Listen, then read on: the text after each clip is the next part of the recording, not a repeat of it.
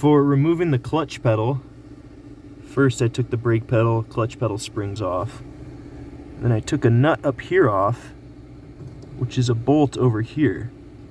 But the problem is this sheet metal gusset means that I can't pull the bolt out.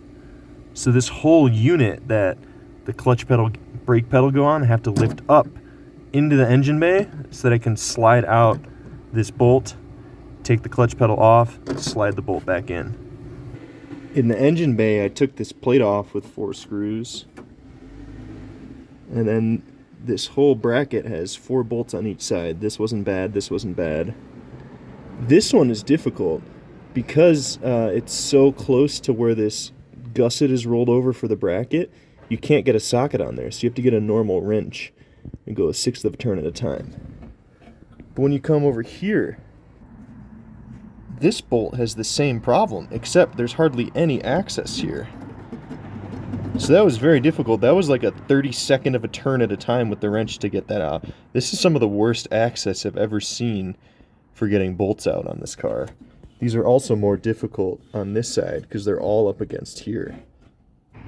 With all of these bolts out, I can pick this whole bracket up now and slide the bolt out. Gotta be careful. You do want to be gentle though, because these brake lines are still attached and don't want to deform those or break those. And then the clutch reservoir can also be removed. This bolt is tough to get to. There's a bolt under here that's nearly impossible to get to. I can't fit a socket in here. On the other end, it's got a nut, which has just as bad of access. So I jammed a screwdriver under that nut so that the nut won't turn. And then back here, slowly turning that wrench manually to get it out. And so I looked up the manual on how they suggest to remove this pedal, and it actually suggested taking off the brake lines and everything. But I'm not going to do that because I don't want to rebleed these brakes. Now the clutch pedal, clutch reservoir is out. I could just slide this bolt through, put the nut back on, but then this whole brake could slide back and forth. That's not good. Also, right at my fingertip, there's this tiny pin here that hooks up to this switch. That's actually the brake light button. So if the brake's sliding back and forth, the brake light button won't be working properly.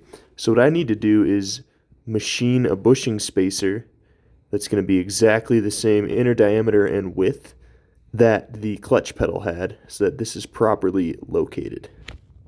Here's the parts out of the car. Here's the clutch pedal. So I'll be machining a bushing or a spacer that has this ID and this width.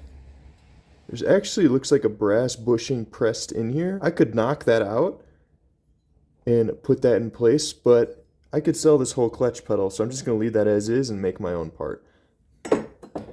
Then the clutch reservoir, I opened the cap and pleasant surprise, there's still fluid in there, so yeah, it's real nice. 50-year-old fluid, what a surprise. This is the spacer I made. It's a 5/8 outer diameter stock steel tube. I just cut it to be the same width as this. And the inner diameter would have been spot on, but there was a weld bead running through it, so I just had to run a 1/2-inch drill through there to clear that up. So now it's exposed steel in the middle, so I'm actually going to put some grease in there, because otherwise if it ever rusted, it could seize onto that pin, and then it'd be really tough to remove the brake lever if we ever needed to do that. There's that same bushing from the bottom. So this whole bracket's back in now. And the bolts that were really hard to get to, I replaced with panhead Phillips. This one back here, because it's way more reasonable to get a Phillips screwdriver. The shaft of the screwdriver doesn't hit this than it is to use a wrench or a socket where you're fighting clearance issues the whole time. So that's nice. If this ever needs to get removed again, it'll be much easier. And when going to test it, there's a lot more room for my left foot.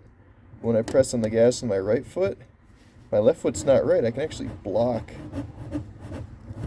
So maybe I might just go with an electronic throttle, because that could get annoying if I'm blocking my gas. If I was wearing boots, it could block it even more.